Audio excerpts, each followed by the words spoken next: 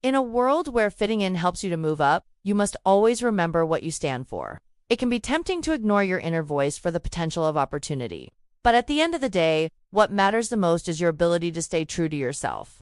Here are a few ways to help you trust your instincts so that you can live in truth. Know what you stand for.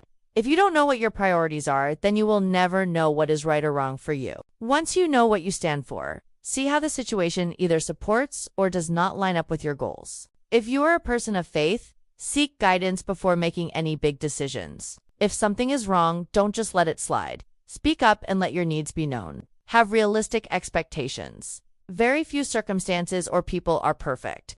Having a balanced outlook on what you want and what is being presented will help you to make better decisions. If you find yourself in a place where you feel stuck, don't be afraid to ask for help. The more you practice these steps, the better you will be at navigating and making decisions that honor your values. In what ways do you stay in alignment with your purpose? Share them in the comments.